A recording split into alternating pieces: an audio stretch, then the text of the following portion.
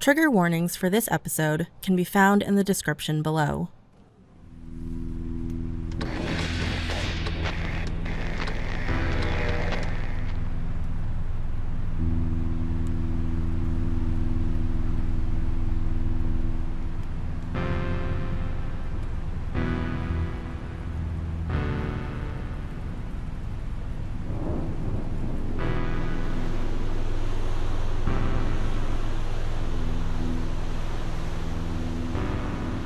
Leftovers at the End of the World, Episode 6, The Stowaway.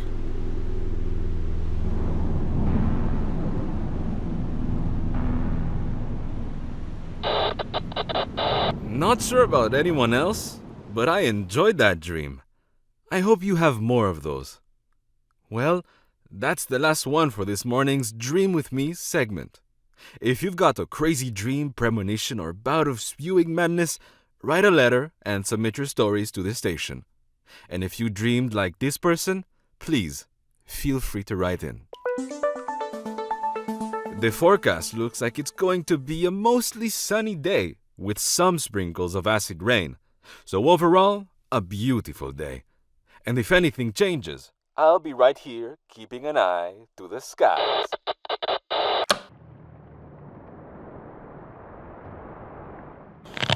Bahay, this is Marigold. Do you copy? Marigold, this is the Bahay. I copy. Great. Listen, are you already on your way back from Clifton? Yeah, I got your crates. Just the crates? Yes? Oh, was I supposed to grab something else? No people? No. Elena, what's this about? Marigold, do you copy? I copy. Sorry, customer. I was hoping you'd be bringing a passenger back. Was I supposed to be? I gave them instructions to find you, but I guess that didn't happen. Alright, I'll see you back home. Marigold out. A passenger? She knows I'm not a taxi.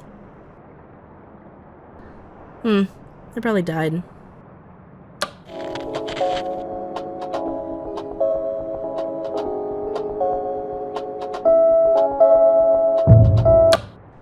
The hell was that? What the? Marigold, this is the Bahay. Do you copy? This is Marigold. I copy. What's up? What's in the cargo? Bulk materials for repairs and extra copper wire. Why? So nothing alive? No! Thanks. Bahay out. Wait, Anak. What do you mean nothing alive? What do you mean nothing alive? Good. I left the crowbar here. Swear to the ancients, this better not be something I gotta kill. Where are you? Gotcha.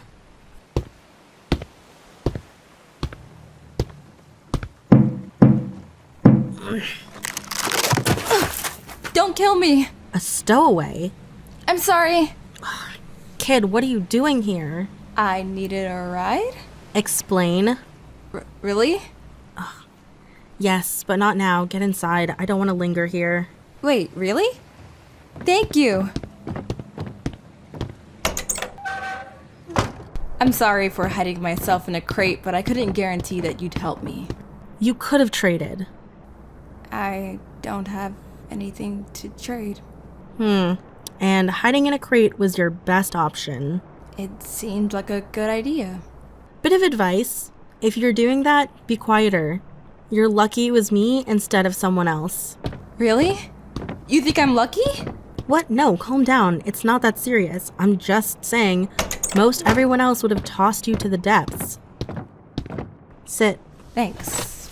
So, are you the passenger Elena was telling me about? Yes. She said if I had a good trade, I could catch a ride with you. And also that you weren't fond of people. As in you ask me, not sneak onto my boat. I'm sorry. I was desperate.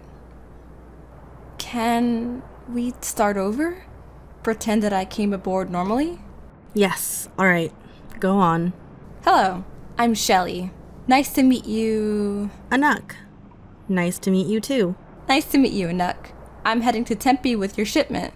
Elena recommended that I catch a ride with you if you ever showed up for a delivery. Great, take a seat. I don't do small talk. Oh. Right. Okay. She mentioned that. I'll just sit here quietly then. Sometimes I make exceptions, so explain. Right. Okay. Look, it's just... I've never been lucky. Nothing has ever gone right for me, ever. It's like I'm cursed with eternal bad luck. I can tell you when it started, too. At least is when I think it started. It's the only thing that makes sense to me. And I remember it all. Every detail, like I see things right now. I'll never forget. I've had years to remember it. What was it? I was 11 when my parents decided to move us. We were sailing from New Mexico because death creatures had overrun our home and we had some family in Phoenix. So, nothing unusual. I'm sure you've heard the same story hundreds of times. I have. My parents were able to trade for floodlights so we'd be protected at night. It should have been easy, right? Except that floodlights don't do anything against a hurricane. Oh, I'm sorry. Don't be. Because it's not what you think. Oh. The winds and waves tossed us about like we were just playthings meant to be used and destroyed. My father was trying to keep us steady, and my mom just prayed. I was clinging to the doorway. My hands were so sweaty, it was hard to grip anything. One feeling I remember so strongly was belief. I trusted my parents to save me. You know how when you're a kid, you think your grown-ups are magic? I didn't really have that experience, but I have friends who did. Oh. I do know what you're talking about, though. Well, I remember my mother's prayer. She was begging the leftover gods to save them no matter what the cost. I wondered what God would even hear us. And if any did, what would be the cost? I got my answer. Well, you're here, so I guess you did. No, not like that. I mean, it actually answered. What? A leftover god spoke to you? Or your mother? Yeah, it did. There was a light from under the waves, and it seemed like it was speaking to my parents because they spoke back to it. I remember my mother side-eyeing me and then sharing a look with my father. He started pleading with her. Why? What did she do? I'll never get that image out of my head. The way the rain soaked her clothes and clung to her skin when she told me to come join her. She had this soft and comforting smile. The one she liked to use if I had a bad dream or was upset about something. So of course I went to her. She hugged me when I reached her and told me that she loved me. Your father knew what was going to happen, and he didn't stop her? No. He was a coward. He just stood there while she told me not to be afraid. She had me stand on the railing and look down. Even though she told me not to be scared, I was. And I was right to be. I didn't want to look into the water and the way my father was pleading with her not to do it, whatever it was. That scared me more than anything. Grown-ups are great liars. Yeah. Yeah, they are. Even though I remember shaking my head at her and telling her I didn't want to, she insisted. Kept telling me that everything was going to be okay. There wasn't a part of you that doubted? No. I wish there was. It's just... she was so confident about it. And I was just a kid, so... Of course I believed her. That's what kids do. They believe in the lies and think their parents are gods. She even held my hand, guiding me while I stepped into the railing. Have you ever seen a leftover god? No, not up close. I'm glad to say that I haven't. I have. I looked down and saw a massive creature with glowing blue scales and pitch black eyes. I made eye contact with the creature and I knew exactly what my mother wanted. I lost every ounce of trust I had in them. All the love I had ever felt, gone. I saw it unhinge its jaw and display rows of jagged teeth like broken glass. I screamed and tried to back down, but my mother's grip held me firmly in place. And do you know what she said to it? What did she say? She said, "Take her and leave us. Take her and leave us." Her own child. And then she pushed me into the creature's mouth.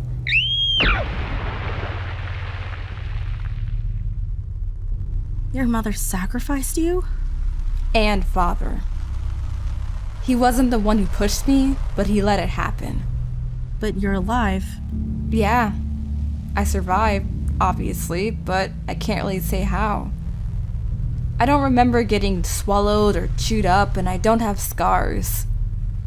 Well, not ones from teeth, so it must have spit me up or shat me out. I can't believe you survived that. Yeah, me too. I only remember floating on the waters outside of Clifton with the sun just starting to come up. There were small creatures nibbling at my wounds, getting fat on my pain. My skin was bruised and purple. There were small cuts all over me, but it was just from debris and getting thrown around by the waves. But none of that pain mattered. What felt worse was the betrayal. I couldn't get over the fact that my own parents had sacrificed me to a creature to save their own selfish skins. I know my mom didn't want kids, but to do something like that? How could anyone? I don't know. I wish I could tell you. If you had kids, wouldn't you do everything to protect them? I'd try my best. And best doesn't mean sacrificing your children! Oh. Sorry. I'm so sorry. It's okay. Take a minute. Eventually, I paddled my way to shore and I came across the collapsed shelter. I was aching all over and I don't even know where I got the strength from. I just wanted to lie down and cry for a while. I thought maybe I should be relieved, but I wasn't. I was numb and angry and hoped that because I had lived, they had died. I mean, it's an understandable feeling. It is? Well, yeah. You were betrayed by people who were supposed to protect you. Of course you'd feel like that. No one's ever said that to me. I thought it wasn't normal to feel like that. Maybe it's not, but I'd feel cheated too. How long did you feel like that? Not very long, actually. My stomach started grumbling and I needed to prioritize. I needed to eat and figure out how to survive. After what my parents did, I didn't really trust anyone's goodwill and I doubted they'd help me anyway. Some kid who just washed up? I'd be suspicious of me too. But you were just a kid. Someone should have stepped in. But no other kid was me. Trust me, I wasn't a kid anyone wanted to help. I was able to trade my shoes for an okay meal. It was borderline rotting, but I wasn't about to be picky. I struggled to find work since children are more of a liability than an actual reliable source of labor. But I was tough, and I made sure that I was able to trade what I needed. Eventually you must have gained their trust, right? In a way, I guess. The townsfolk were still wary of me, and I understand why. I wouldn't have trusted me either. I was just the random kid that showed up out of the depths looking like hell and with an even fouler attitude. That experience, it changed me. Not just mentally, but physically. My eyes, the color, I'm sure you noticed it. They're red, yeah. Didn't used to be. My eyes used to be green, like the sunset. Pretty. At first, I missed them. Not anymore. I'm glad they're gone. I don't need another reminder of my parents' blood in me. It also makes me off-putting to people. There's a lot of people with red eyes, though. But not like mine. No, not like yours. It's okay, though. I got used to my life in Clifton and they got used to me. I started being the weird one instead of the steer-clear one. It wasn't the best, but it was comfortable enough. I'm curious. Why do you keep saying, not like me, that no one else is like you? I mean, I understand the obvious parental sacrifice thing, but no offense, that doesn't make you special. That's a first. A lot of firsts for me today. Has no one ever been, not that I am, but has no one ever been nice to you? No. And here's why. I pretty quickly learned that bad luck was my best friend. Bad luck? It was small things at first. Tripping over my own feet, losing items to floods, somehow always getting the nearly rotten batches of fish no matter how early I arrived to trade. As I got older, the bad luck became worse. What do you mean? I opened my own junk stall to trade only for it to collapse with the storm the next day. I resorted to a quick stall that I could easily take down at the end of the day. When I tried turning to fishing and hunting, all of my equipment broke the second I was out in the water and my boat sprung a leak. Ooh, that's really bad luck. And get this, I even tried dating and I was thrilled when she said yes. We were on a first date when suddenly her partner, who was presumed dead for 5 years, suddenly shows up saying they survived and washed up in Phoenix with no memories of who they were. But then suddenly, they remembered and came back to marry her. Can you believe that? Oh, wow. I never tried dating again after that. Are you single? What? I'm flattered, but I mean, I'm already Good. You're single. Take it from me. Stay that way. It's easier. I think you might be a little jaded there. I guess. I'd given up by that point. Because what was the point of doing anything when everything I did went to shit anyway? So, I decided I was just going to survive. And with my luck steadily growing worse each year, I figured it wouldn't be long before bad luck decided it was my time to die. I need to stretch. Oh, yeah, okay, just please don't touch anything. Oh, you can't lean there? I need access to my console. Sorry. Thanks. Earlier you said you were just gonna survive, so how did you end up with me? I came across this strange old lady. An old lady made you change your mind? Wait, let me guess. She wasn't just any old lady. She wasn't. She was taxied in from Sedona saying she'd been called to come here and meet me. Did you know each other? Nope. No idea who she was. I even asked her if she knew me, and she said the vortexes told her who I was, and that my time was coming to an end soon. Like, yeah, lady, I already knew that. But then she said it wasn't about that. She said I would be the one to bring death, but only if I was able to seek out what I needed. And then she just clammed up and left me. That's it, just that? Yeah, that's it. I tried to pry for more information, but she gave me nothing. Didn't say anything else except about what a nice young lady I am. And you listened? Yep. I sat with it, mulling it over. Because what did she mean my time was coming to an end? She made it clear that it didn't mean my death. Did she mean my bad luck? And if she did, then what did she mean when she said I needed to seek out what I need? So, what did you need? What made you leave? Besides the vortexes thing. My parents? I remembered how I ended up there. I hadn't thought of them in 15 years and I'd forgotten about them. Not because it had been so long. I forgot them on purpose. They didn't deserve to take up space in my brain. And I learned a long time ago to let go. Leave things as they are. But? I remembered, and along with my memories came the numbness and the anger. That old bag's words started to make sense. I was cursed with this bad luck because of them. Because they chose to sacrifice me. Because they chose their own pathetic lives over mine. I've seen the way parents are supposed to be with their children. They give them everything. They protect them, care for them, love them. Mine didn't. I knew then what I needed.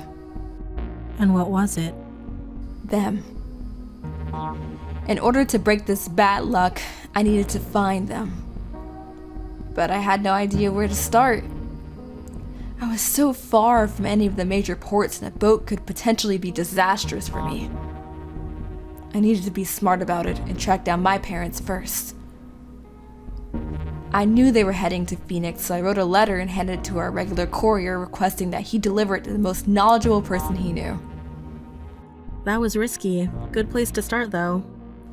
I know. But I had nothing else to lose. It was a long shot and not exactly descriptive, but it was the best thing I could think of. I had no idea if they were even alive or if they'd been changed like me. I doubt it. Do you know what I hoped for? What? I hoped they were alive and happy. Alive and happy? Why? Because I wanted to know what they did with their lives. What they gained from me. My sacrifice had to have been worth something. I guess that's one way to look at it. You didn't want them to be alive and suffering? I would've. No. I wanted them to see me and look their selfishness in the eyes. My eyes. How long were you waiting for a response? About a month. I started to think that my letter was lost or forgotten about. It wouldn't surprise me if that was true. But a few days ago, I was called into the lighthouse. Someone found them? Sort of. They had received a radio transmission and your friend, Elena, left a message for me. Of course. Yeah, she's good at that. Don't tell her wife, though. Well, she claimed that she saw my parents trading around the port and had no idea they had a daughter. Elena even said she talked to them, but because I expressed in my letter that I wanted to remain anonymous, she didn't tell them I was looking. So they're there. You're gonna go see them? Not yet. I don't know.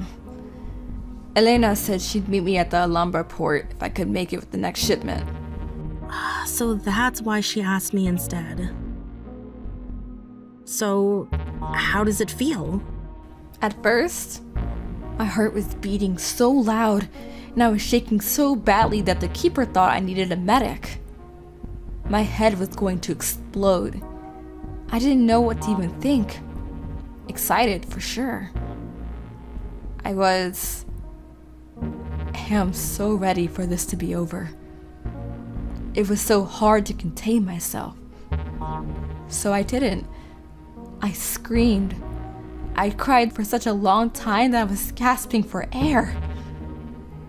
All of that expression, it felt so good.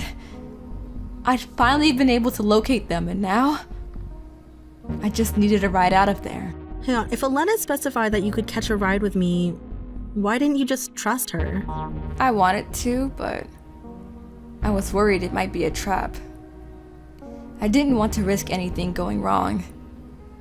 And I figured no one would notice an extra crate, so I climbed inside, and well, that's when you found me. You know, honestly, I wouldn't have noticed if you hadn't made so much noise. I didn't know I was claustrophobic. I see. I wish I'd done this sooner. Leave, I mean. But also the finally telling someone. It's so different to hear the words aloud. You do? I wish you'd gone sooner. Of course. It'll feel so good to be free. To do anything. To finally free myself from this curse. What are you going to do? Are you going to stop me? No. Good. Were you going to kill me if I said yes? No. You helped me. No one's ever done that for me before. I mean, Elena did also, but you didn't immediately throw me off the boat. And you listened to me. So, I'm grateful. It means more to me than you think. How about a favor then? Your trade with me. A favor? I can trade with that? Yeah. Okay. Deal. How do I do that? I'll let you know when I need you. I'll leave word with Elena. She's resourceful. She'll find you. She'll find me? It's part of what she does. Finding people. Yeah. Sit. We're coming into port.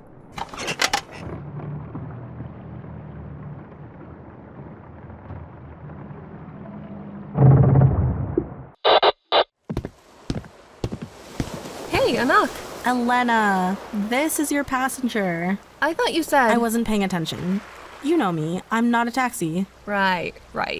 Anyway, you must be Shelly. Hi! You're Elena?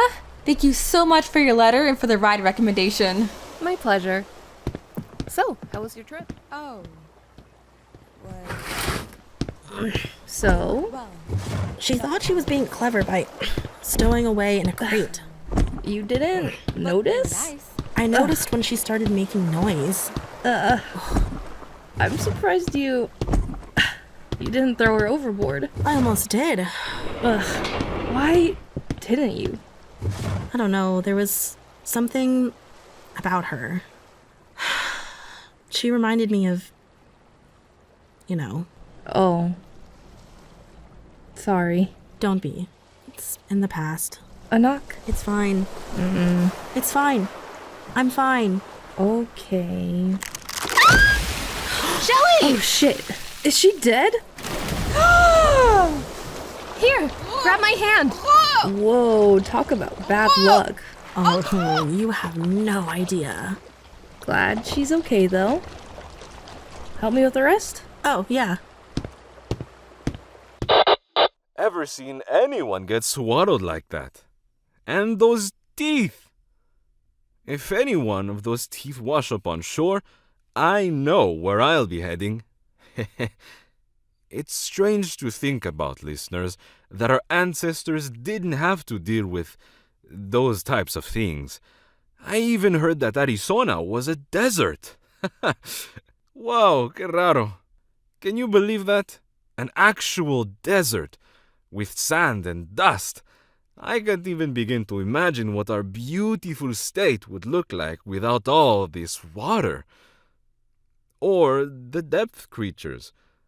Absolutely loco. In a final update for tonight, there's been some word about people disappearing in the Lost Dutchman's mine.